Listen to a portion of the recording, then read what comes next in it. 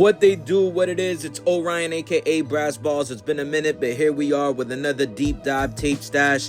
Before I get into this tape, make sure you subscribe to the channel Orion Hip Hop. Like, comment, repost. Truly appreciate all of my supporters.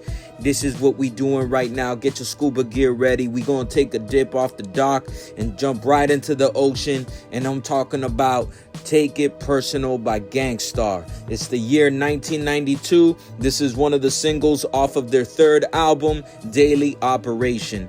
And I'm a huge Gangstarr fan. And this is where the Gangstarr sound really started taking a much modified sonic feel to it, man. This is where Premier really started stepping up his production.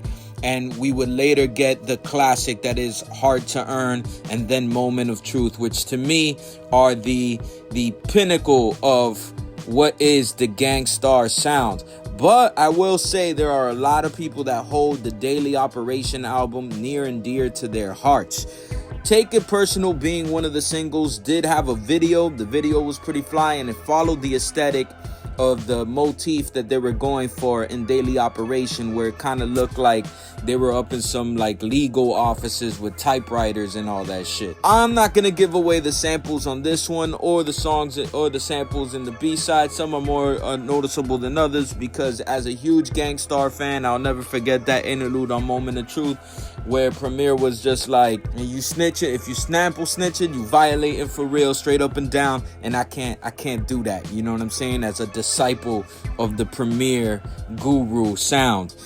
But I will say that the drums on Take It Personal are from Stezo, It's My Turn, and Premier does a wonderful job of kind of flipping them and giving them a different, rougher feel than what they already had on that Stezo track. To me, one of the things that makes Guru great is that he tackles different type of concepts all day, but he's probably one of the king MCs at rapping about a formidable foe, or you know, the fictional op, if you will. It's like he'll do it against a female, he'll do it against another MC, and you really never know who he's talking about exactly, but whoever he's really talking about is getting the full brunt of his lyrical force, you feel me, on a track. One of the quotables on this song is, "Rap is an art, you can't own no loops." And I thought that was an ill punchline, because, you know, he's obviously talking about it from the perspective of an artist who has a sample-based formula to the great music that him and Premier were making. And I'm pretty sure they were fighting a lot of like sample lawsuits and going through missions to clear samples.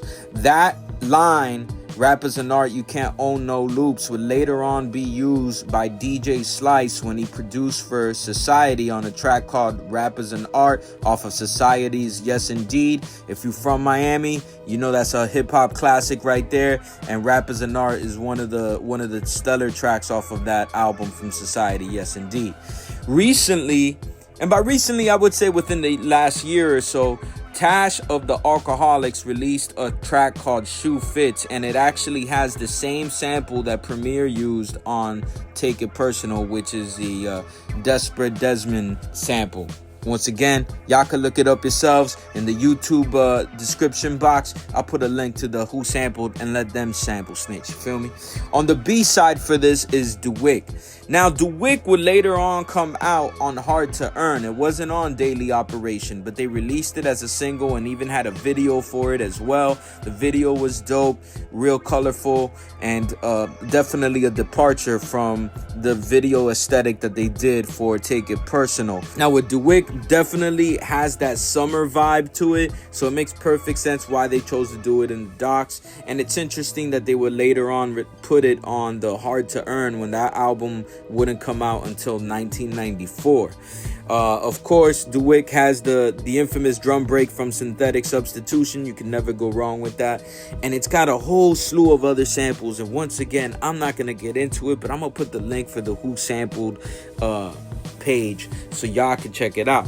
Now, I was always like wondering, what the hell is DWYCK? What does it mean? It just felt like a funny way of saying dick, and it kind of is that, because apparently it came from a Biz Markie joke and they would joke with it. Later on, people would say that it's an acronym for Do What You Can, Kid. I don't necessarily think that was the reason. I think it was more of a playful thing that they had that came from the great Biz Markie. If you notice on this, they got the album version, the instrumental, but then they also have the Horney version. And I had to like revisit that. And it's because Premier stuck in these like horn samples, and I guess that's why they call it the Horney version. Nothing to do with actually being horny. It's horns. And there you go. So there it is. Take it personal if you will. DWYCK, as that will be done. I don't know how to end this other than saying peace.